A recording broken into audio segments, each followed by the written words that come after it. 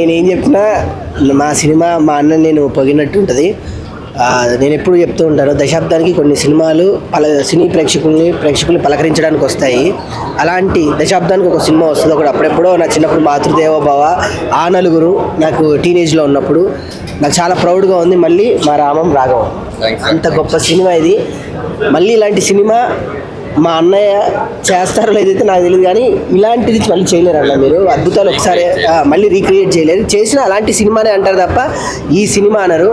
ఈ మధ్య కాలంలో వచ్చేటువంటి ప్యూర్ హార్ట్, అంటే ప్రతి తండ్రికి కనెక్ట్ అయ్యేట, అంటే ప్రతి ఇంట్లో ప్రతి తండ్రికి ఈ సినిమా నచ్చుతుంది. కానీ ప్రతి ఇంట్లో ఇలాంటి కొడుకు ఉండడు.